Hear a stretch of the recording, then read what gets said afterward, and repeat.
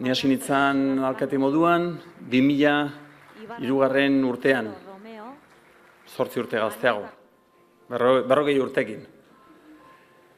Eta hasten naiz zenbat gauzen ditugun, kiroldegia, gaztentzako etxe bizitzak, gerontologiko zoragarri bat Markelekin batean, oain egin ditugu pasarelak, peatonalizazioak, jende askok esaten dit, Jokin, azkeneko 8 urtetan, ze bultzada eman diogun Tolosari ez?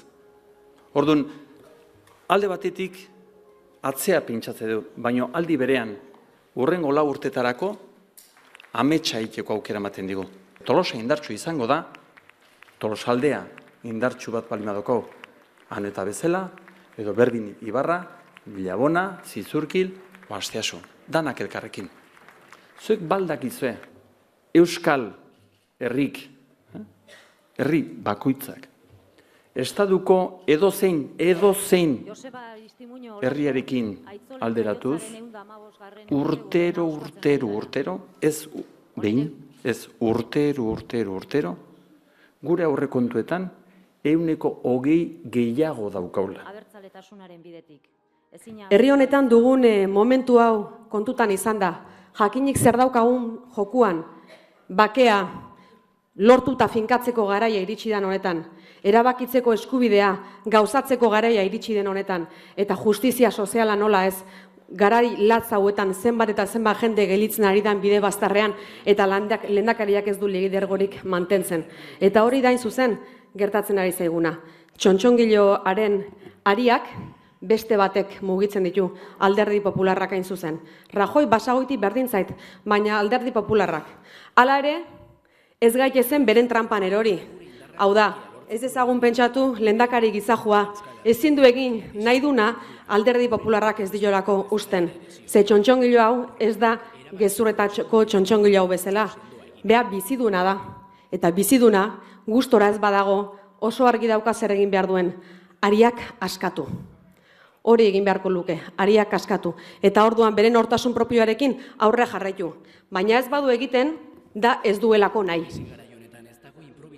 Nik esango nuke, gure partetik bintzat Foru Aldundian, nire tokatu zai berriro hautagi bezala joatea, alderdiak erabaki hartu du, eta nik esango nuke, gure ikuspegia izango dela, batez ere, jundan 4 urte hauetan, eduki dugun ikuspegi hori indartzea. Hori izango litzateke pixka bat, guranek ikut daukagun, eskuartean daukagun, erronka nagusia. Eta zein izan da ikuspegia? Guk orain dela 4 urte egiten duen azterketa zen Gipuzkoan, dagoela fragmentazio politiko eta soziala handi bat, eta nolabaiteko zailtasuna geneukala egitasmo eta proiektu handiak aurrera ateratzeko gure lurraldean. Eta zeintzu dira aurrera pauso horiek? Lehenengoan niretzako nabarmena izan da errepide inguruan sortu dan iraultza gure lurraldean.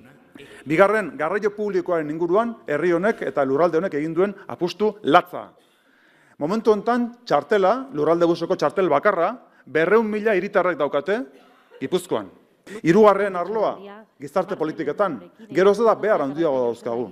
Baina gure inbertsioa izan da gutxo gara bera 50-55 azkundekoa legealdi osoan zehar. Inbertsioak ikaragarriak egin ditu, eta beste arlo bat, aipatzearen labur-labur, izango litzateke zaborren kudeaketa. Nik esango nukela ere, niretzako bintzet guk eduki dugun erronkarik importanteena, izan dela 2008 bukaeran, era hain gordinean etorri zitzaigun krisi ekonomikoa. Guztioi, baina neurri handi batean baita ere, Gipuzkoako enpresei etorri zaien krisi ekonomiko latz hori. Eta gu guztioi eragina egiten diguna. Batzuei, beste baino gehiago, baina edozein kasutan guztiok nabaritu dugu krisi horren eragina. Euskaldunok hor jokuan gauz asko dauzkagu, noski. Baina ni gauz bat azpimarratuko nuke. Zati Markelek esan du, eta gure aigea mitinez mitin esaten, hauek albaldin badute berriz ere bat ingo dutela, gu alboan usteko, eta begiratu zazue, estadu guztian, eta Afrikan ere bai, eta Zeutan eta Melilan, han mutur joka ibiltzen dira. Da bakoitza bere zerrendakin, eta bakoitza bere estrategiakin, eta herri hontan zergaitik egiten dute diferente. Zergaitik egiten du diferente, egiten dute. Ez dutelako onartzen hemen herri bat dagoela. Eta hartzen dute Euskadi, Euskal Herria, helburu bezala. Da Eusko Alderdi Jeltzaleak daukan gauzik handiena hori da. Alderdi fidagarria dala. Gure akatz guztiekin. Baina alderdi fidagarria gera. Zergaitik?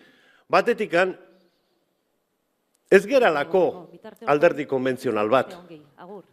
Ez dakit askatasun egun hori ze egutegitan eta ze urtetan eta ze data izango duen konkretua. Baina egun horretara gerturatzen ari gara.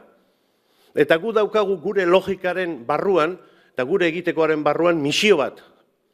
Herria utzi behar diegula datoztenei guk jaso degun baino kondizio hobeagotan.